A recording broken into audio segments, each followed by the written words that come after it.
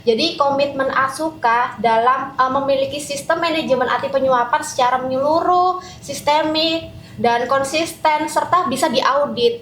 Nah, nggak hanya sertifikat yang kita punya, tapi Asuka juga secara rutin mensosialisasikan.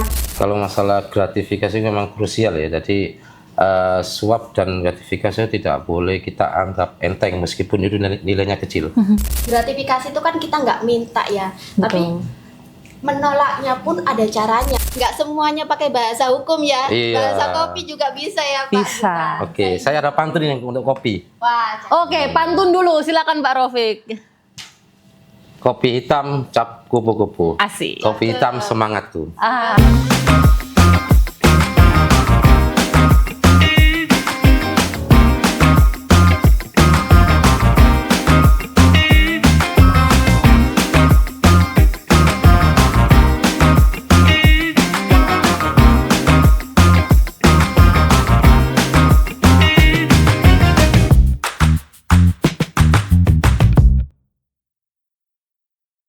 Semangat pagi. Halo Sobat Asuka, kembali lagi bersama saya Nindi yang akan nemenin Sobat Asuka semua dalam berbincang-bincang santai di podcast Suka Talk.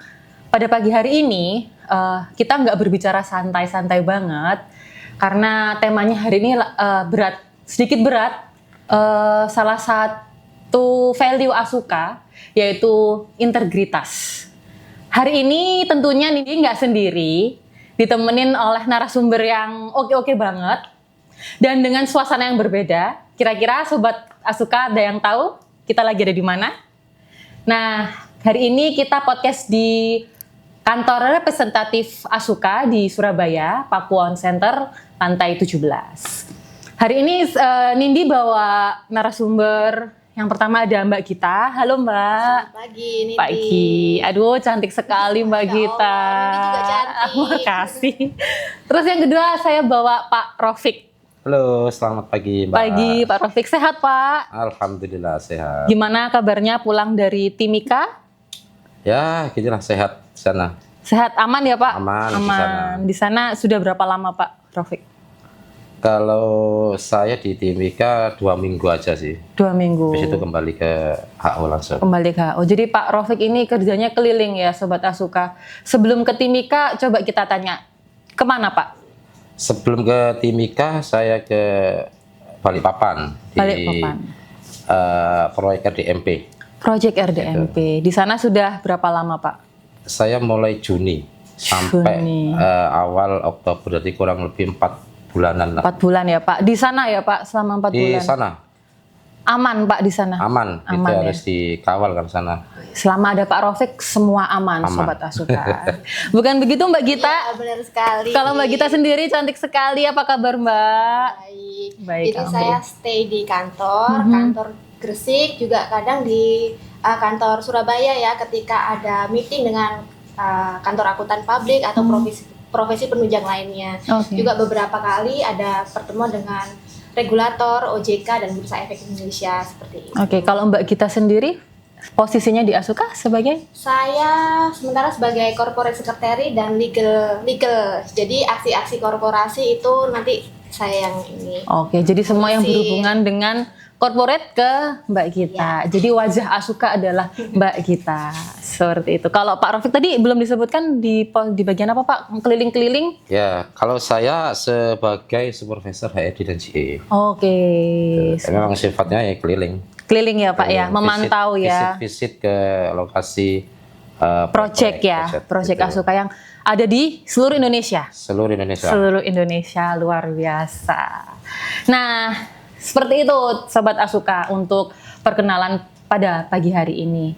Langsung aja kita masuk ke tema hari ini, yaitu tentang integritas. Berat, topiknya sangat berat, karena integritas ini adalah salah satu value pertama yang ada di Asuka. Nah, kalau kita bahas tentang integritas Mbak, bahas tentang gratifikasi, suap, korupsi, apa sih yang bedain dari 3 hal itu? Berat banget ya. Sebelum ini masuk, mungkin minum dulu biar nggak berat. Silakan Pak. nggak semuanya pakai bahasa hukum ya. Iya. Bahasa kopi juga bisa ya Pak. Bisa. Oke, saya ada pantun yang untuk kopi. Wah, Oke, pantun dulu, silakan Pak Rofik.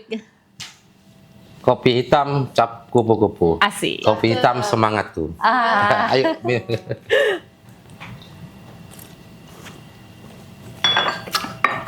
Oke, jadi pertanyaannya tadi tentang korupsi, gratifikasi sama suap. Nah, menurut undang-undang, waduh berat nih ya. Menurut Undang-Undang Nomor 30 Tahun 1999 yang saat ini dirubah menjadi Undang-Undang Nomor 20 Tahun 2001 tentang tindak pidana korupsi. Korupsi itu adalah tindakan menguntungkan diri sendiri juga orang lain atau suatu korporasi yang melawan hukum. Nah, Oke. dalam undang-undang tersebut pelanggarannya itu ada banyak, ada 30 termasuk pemerasan, penggelapan jabatan, dan keduanya adalah penyuapan dan gratifikasi. Bedanya penyuapan dan gratifikasi itu apa? Sebenarnya sama-sama mirip-mirip ya, serupa tapi tidak sama. Sama-sama ada pemberian dan penerimaan. Bedanya adalah kalau penyuapan itu ada kesepakatan di awal. Jadi ketika memberi itu ada intention, niat awal gitu. Dari pemberi ke penerima untuk melakukan sesuatu atau tidak melakukan sesuatu. Nah, kalau gratifikasi itu nggak ada kesepakatan, nggak ada deal-dealan. Jadi memberi sebagai rasa terima kasih. Ini hadiah kecil gitu untuk sebagai balas budi atau rasa terima kasih itu masuk dalam gratifikasi. Contohnya kalau di rekrutmen nih ya, ada kandidat sama rekruter. Kandidat memberikan sesuatu ke rekruter agar supaya tujuannya kandidat bisa masuk ke perusahaan, itu masuk ke penyuapan.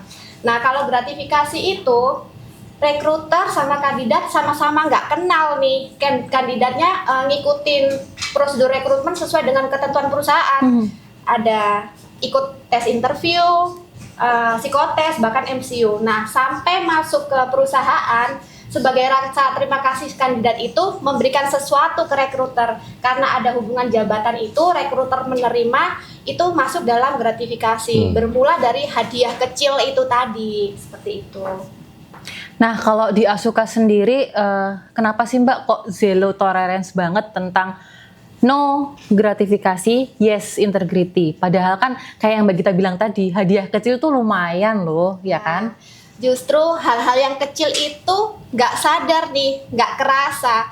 Padahal itu nggak boleh ya, jadi batas-batasnya kabur karena kecil itu tadi. Dimana gratifikasi itu sebagai pintu masuk awal adanya konflik kepentingan.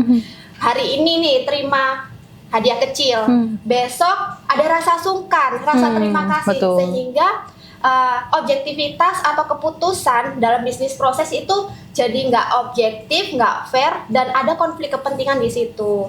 Sebagaimana yang kita ketahui kan, Asuka saat ini itu sudah mempunyai ISO SMAP 37001. Jadi komitmen Asuka dalam memiliki sistem manajemen anti penyuapan secara menyeluruh, sistemik, dan konsisten, serta bisa diaudit. Nah, nggak hanya sertifikat yang kita punya, tapi Asuka juga secara rutin mensosialisasikan. Pada bulan September, itu kita mengundang beberapa supplier vendor ke perusahaan. Jadi, kita sosialisasi tentang integritas, tentang zero tolerance terhadap suap, gratifikasi, dan yang menyampaikan itu langsung presidir kita, Bapak Alvan. Jadi, kita itu tidak hanya sosialisasi, tapi juga membuka diskusi panel terhadap para supplier. Kita menanyakan gimana kerjasama antara Asuka dengan vendor, apakah sudah fairness, harga yang wajar, dan tidak ada praktek-praktek tersebut. Oke, kalau bahas tentang itu ya Mbak, untuk di Asuka sendiri ada nggak sih Mbak kayak case-case penipuan kayak seperti itu? Oke, pastinya praktek-praktek tersebut tidak bisa seluruhnya bersih ya, maka dari itu perlunya SMAP di situ. Jadi sebagai kontrol, sebagai proteksi. Nah, tentu kita tidak akan tinggal diam dan pasti akan menindaknya, itu ada sanksi di situ. Jadi sudah ada sanksi sendiri di Asuka. Betul. Ya Pak. Oke, kalau dari Pak Rofik sendiri nih Pak, kalau perspektif Bapak sebagai HRD, kenapa sih isu anti suap itu nggak cuman hanya legal aja, tapi menjadi budaya kerja di Asuka? Ya, ke isu tentang suap ya, itu memang sangat krusial ya, terutama di HRD itu kan Betul. Pintu masuk karyawan Betul. pertama ya, Betul. termasuk perekrutan. Seperti yang dikatakan Mbak kita tadi itu, supaya masuk itu dikasih ini supaya Ya, masuk betul. lah, itu kita tidak menjalankan seperti itu. Kita tetap perekrutan, tetap kita jalankan sesuai dengan prosedur, termasuk penilaian metriknya juga kita jalankan. Jadi benar-benar murni karyawan kita terima itu sesuai dengan kompetensinya mereka, kapabilitas mereka. Itu. Jadi kita tidak memandang oh ini bawaannya siapa, Oke, ada betul. saudaranya, kita enggak itu. Betul. Kita tetap jalankan berkomitmen Prosedur untuk ya, Pak? prosedurnya itu seperti itu memang. Oke, jadi gini Pak Raufik, bahas sedikit tentang prosedur penerimaan rekrutmen ya. Jadi Sobat Asuka itu masih sering banyak yang bilang percuma ngelamar di Asuka nih kalau misalkan nggak ada bawaan. Nah kalau prosedurnya sendiri di rekrutmen itu seperti apa sih Pak alurnya? Jadi dari mulai masukin lamarannya itu kemana, kemudian seleksinya berapa lama, seperti itu? Prosedurnya sendiri seperti apa Pak? Kalau prosedur dari rekrutmen kita, semua pelamar itu kita ikuti tes, tidak langsung kita terima, meskipun itu bawaan atasan kita langsung. Termasuk salah satunya adalah semua pelamar harus kirim CV ke Google yang sudah kita tentukan. Alamat web itu ya, alamatnya. Pak, Untuk betul. karena itu biodata yang harus kita perlukan Isi, untuk karyawan oke. tersebut. Jadi semua harus mengikuti prosedur yang sudah kita tetapkan. Itu sih dari prosedurnya. Oke, sebagai HRD, gimana sih Pak Raufik tetap menjaga keputusan itu objektif dan bebas konflik kepentingan? Setelah perkutan itu kita lakukan, mulai dari tes tulis, tes psikotes, itu ada penilaian yang menjadi standar kita. Nah, Oke. penilaian itu tidak diputuskan dalam satu orang. Semuanya kita lakukan secara kolektif. Jadi yang review itu tidak hanya bagian HRD atau rekrutmen, oke. tetapi ada penilaian dari rekrutmen, review sama tim rekrutmen, user yang nantinya sebagai atasan yang bakal nanti karyawan akan diterima, yang terakhir akan direview oleh direksi yang berkaitan. Jadi melalui 3 tahap ya 3 Pak? tahap. Ada tim rekrutmen sendiri, kemudian user, dan direksi Iya, seperti betul. itu ya Pak. Oke, kenapa sih Pak gratifikasi dianggap bukan masalah besar? Tapi sebenarnya apa konsekuensinya buat perusahaan sendiri tentang gratifikasi? Kalau masalah gratifikasi memang krusial ya. Jadi suap dan gratifikasi tidak boleh kita anggap enteng meskipun itu nilainya kecil. Betul. Nah, karena kalau itu kita biarkan dan itu akan menjadi budaya yang akan mengakar di situ, maka agak susah nanti dibasmi itu. Nah, makanya kita kan sudah melakukan ISO 7001 ya. Nah, itu Ngebasmi kayak hama gitu ya Pak ya? Iya. Susah ya Pak, kalau udah Jangan hama sampai, tuh susah banget ngebasminya. Jadi jangan sampai suap dan gratifikasi itu menjadi budaya. Setuju Pak, jangan sampai suap dan gratifikasi menjadi budaya. Ya, nah, nanti konsekuensinya juga akan keberlangsungan bisnis perusahaan. Bisnis perusahaan loh. Itu. Nama besar perusahaan juga Ya, kebawa ya Pak, bawa. pastinya ya nanti. Oke, Mbak Gita, kita tadi kan bahas gratifikasi nih ya.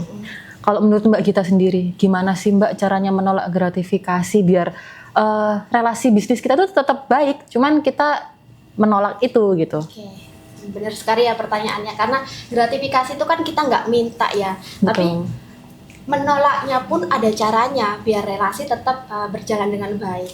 Jadi kita pakai bahasa yang ramah, dengan sopan santun, dengan tenang, nggak langsung intonasinya kami menolak gratifikasi ya, dalam bentuk betul. apapun. Nah, Betul.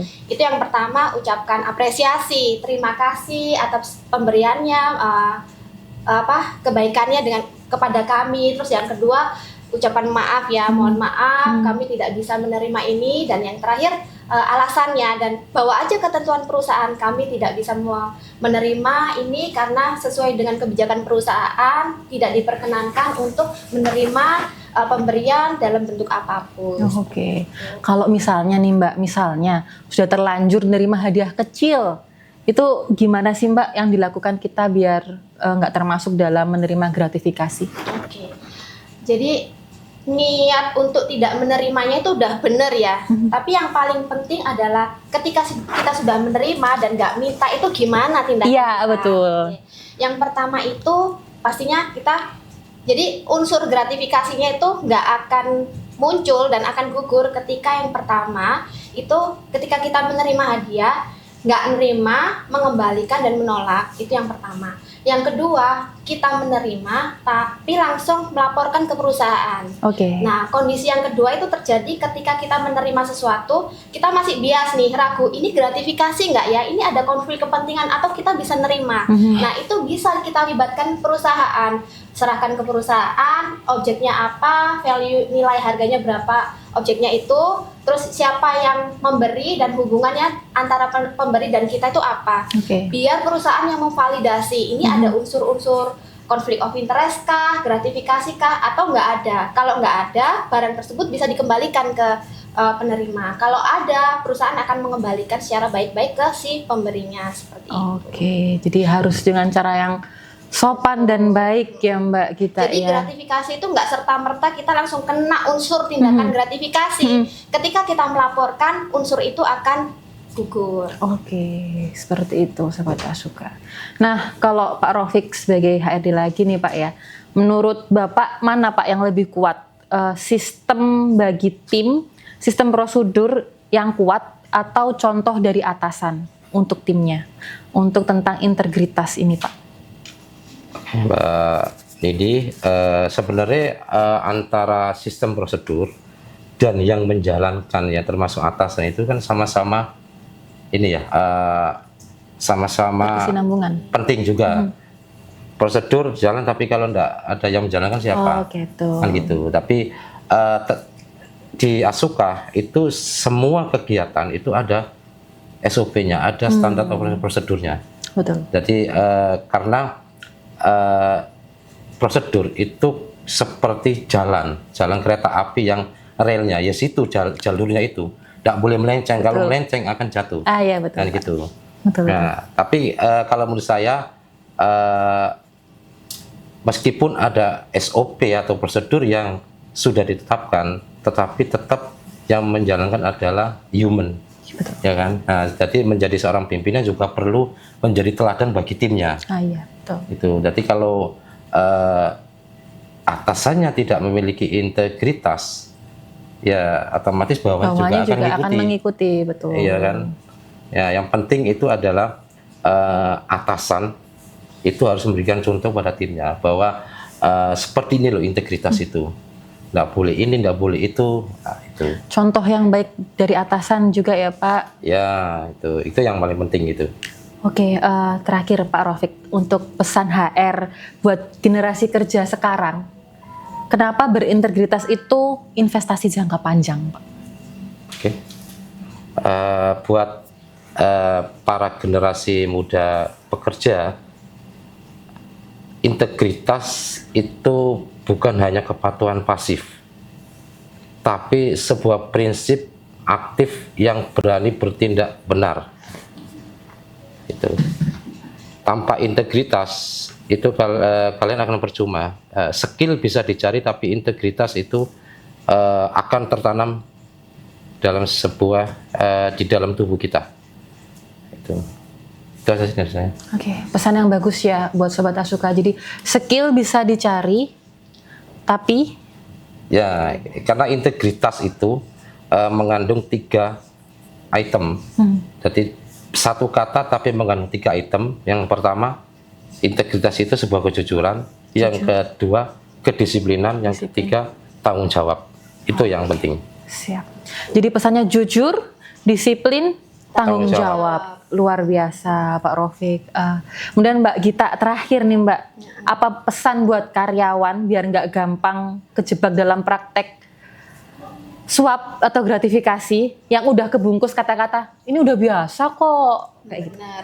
Jadi kan gratifikasi tuh kadang alah ini kecil terima aja. Betul. Gitu. Rezeki jangan ditolak. Betul. Kan? Iya, benar. Justru itu. Jadi gratifikasi, suap teman-teman itu sama sekali bukan rezeki ya. Rezeki itu sama kata Pak Rofi tadi. Kita dapatkan ketika kita bekerja secara bersih dan fair. Iya. Oke. Hasil korupsi bukan rezeki ya. Benar. Betul. Hasil korupsi bukan Bukan rezeki. rezeki, betul. Korupsi itu berasal dari bahasa Latin ya. Jadi corruptio atau corruptus artinya tuh merusak atau menghancurkan. Oke. Seperti Pak Alvan bilang, presidir kita kan berkali-kali tidak integritas atau korupsi itu adalah kanker. Jadi merusak, menggerogoti kita secara nggak sadar nih. Ketika kita melakukan praktek-praktek korupsi, yang dirusak itu bukan sistemnya aja, tapi diri sendiri yang melakukan itu. Jadi once ketahuan, bukan jabatan saja yang rusak atau hilang, tapi reputasi jangka panjang. Betul. Luar biasa sekali Sobat Asuka untuk tema podcast pada hari ini dengan narasumber yang sangat luar biasa. Oke, baik. Kita sudah berbincang-bincang selama kurang lebih 20 menit hari ini. Sudah lumayan nge-refresh tentang apa sih integritas itu, dan juga pesannya adalah untuk Sobat Asuka yang mau ngelamar di Asuka, kita nggak ada yang namanya diminta uang, membayar sebagian, atau harus membayar seperti ini, seperti itu untuk bisa masuk ke Asuka. Karena kita murni melalui jalur yang benar, betul ya Pak Raufik? Melalui web kami, bisa follow di Instagram kalau mau cek-cek loker yang ada di Asuka. Yang pasti kita tidak ada pungut biaya untuk masuk menjadi karyawan Asuka, dan kita juga adalah menjadi karyawan yang berintegritas, jujur, bersih, dan bertanggung jawab seperti pesan dari kedua narasumber kami. Oke, cukup sekian podcast pada hari ini. Jangan lupa follow untuk akun sosial media kita di @asuka_indonesia. Kita ada di Instagram, TikTok, dan YouTube. Terima kasih Mbak Gita, Pak Raufik untuk tema hari ini dan ngobrol santainya yang nggak santai-santai banget. Kita ketemu di podcast yang lain. Selamat siang. Dadah. Dadah.